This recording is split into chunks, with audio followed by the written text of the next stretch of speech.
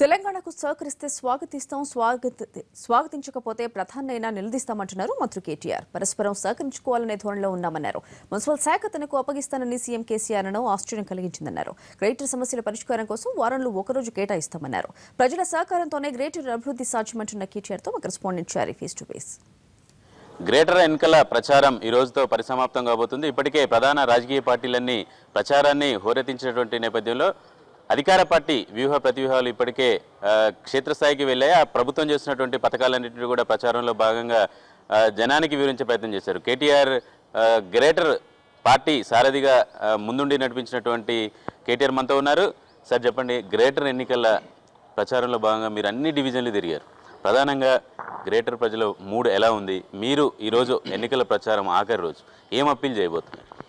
Greater ప్రజలకు మేము చెప్పేది ఒకటే, భవిష్యత్ మరి విజన్ దృష్ట్యా భవిష్యత్తులో హైదరాబాద్ నగరాన్ని అభివృద్ధి చేసే సత్తా, అదే రకంగా హైదరాబాద్లోని మౌలిక వసతులను పూర్తి స్థాయిలో సమకూర్చే సత్తా ఈరోజు కేసీఆర్ గారి నాయకత్వంలోని టీఆర్ఎస్ పార్టీకి తప్ప ఎవరికి కూడా లేదు.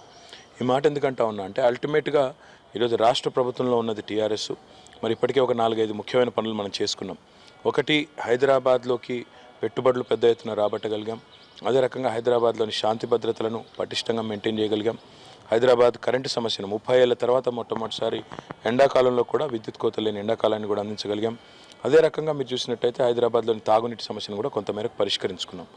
ఇంకా మిగతా మౌలికమైన సమస్యలు, ఉదాహరణకి ట్రాఫిక్ సమస్యలు కానీ, అదే రకంగా డ్రైనేజ్ సమస్యలు కానీ, డబుల్ బెడ్రూమ్ ఇండ్లు కానీ, ఇట్లాంటి కార్యక్రమాలన్నీ కూడా చేయాలి అంటే కేవలం రాష్ట్ర ప్రభుత్వంలో ఉన్న పార్టీకి సాధ్యమవుతుంది తప్ప మరి పరిమితమైన బడ్జెట్తో ఉన్న జీహెచ్ఎంసీని అభివృద్ధి చేసే అవకాశం ఇతర పార్టీలకు కానీ ఇతర నాయకులకు కానీ ఉండదు.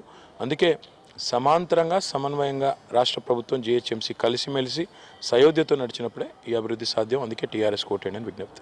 మీరు ఇచ్చిన మేనిఫెస్టోలో అంశాలన్నింటిని పరిష్కరించాలంటే దాదాపు 50-60 వేల కోట్లు అవసరం. ఇది రాష్ట్ర ప్రభుత్వం చేయలేదు, కేంద్రం సహకారం కూడా ఉంటేనే ఈ గ్రేటర్ అభివృద్ధి చెందుతుందంటుంది బీజేపీ. అలా మీరు ఇలా చెప్పడాన్ని ఎలా అర్థం చేసుకోవచ్చు? ఇప్పుడు రాష్ట్ర ప్రభుత్వంలో డెఫినెట్గా మీరు ఒకటి ఆలోచించాల్సిన అవసరం ఉంది. రాష్ట్ర ప్రభుత్వంలో ఇప్పుడున్న పార్టీ టీఆర్ఎస్ పార్టీ. మేము ఇప్పుడు ఒకవేళ రేపటి రోజున గ్రేటర్ హైదరాబాద్ కార్పొరేషన్కి మంచినీళ్ళ వ్యవస్థను మెరుగుపరచడానికి లోన్ కావాలి అంటే 20,000 కోట్లైనా 15,000 కోట్లైనా దాని గ్యారంటీ ఇవ్వాల్సింది రాష్ట్ర ప్రభుత్వం.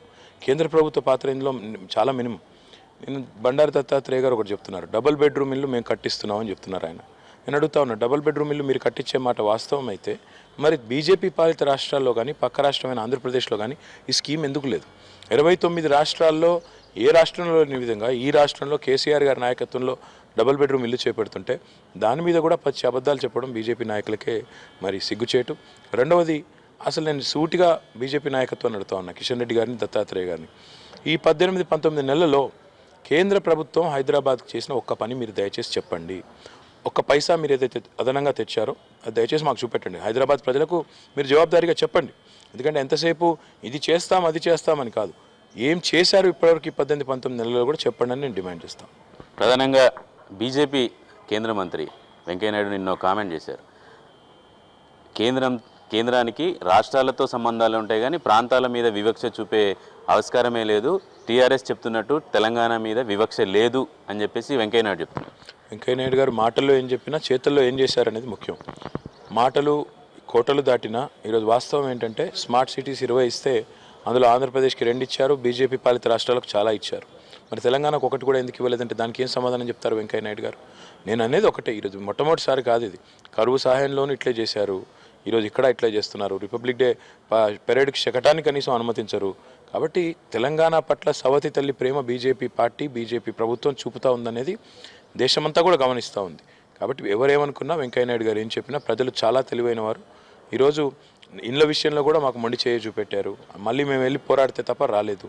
కాబట్టి ఎవరేమనుకున్నా వెంకయ్యనాయుడు గారు ఎంత చెప్పినా బీజేపీ ఏ రకంగా వ్యవహరిస్తోంది, ఎంత పక్షపాతంతో వ్యవహరిస్తూ ఉందని తెలుసు. కాబట్టే ఈరోజు ఢిల్లీలో ప్రజలు బీజేపీని ఓడించారు, బీహార్లో ఓడించారు, మొన్నటికి మొన్న గుజరాత్లో ప్రధానమంత్రి గారి సొంత రాష్ట్రం, అక్కడ కూడా స్థానిక ఎన్నికల్లో తిరస్కరించారు.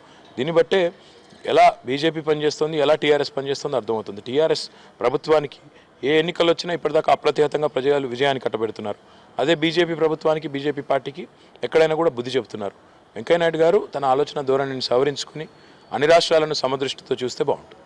ఇప్పటికే కేటీఆర్ అంటే ఐటీలో పాష్గా, పల్లెటూర్లకు సంబంధించినటువంటి అంశాలకు వస్తే మాస్గా, తాజాగా మున్సిపల్ శాఖ కూడా మీకే అప్పచెప్తామని నిన్న కేసీఆర్ చెప్పారు.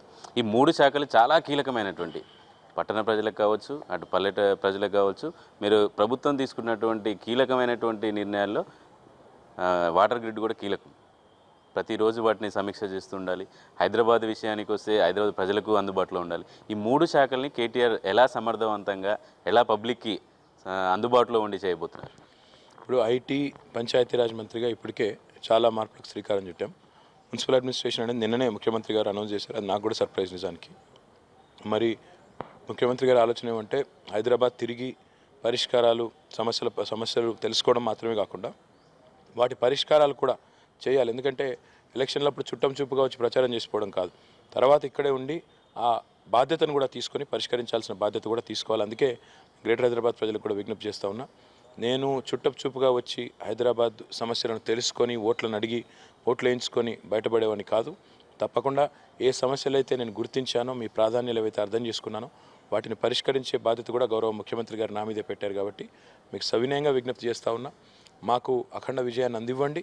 తప్పకుండా నేను ప్రత్యేకంగా హైదరాబాద్ మహానగరం మీద దృష్టి పెట్టి ఇక్కడ సమస్యలు పరిష్కరించే బాధ్యతను పూర్తి స్థాయిలో వ్యక్తిగతంగా నేనే స్వీకరిస్తాను, మీకు అందుబాటులో ఉంటాను.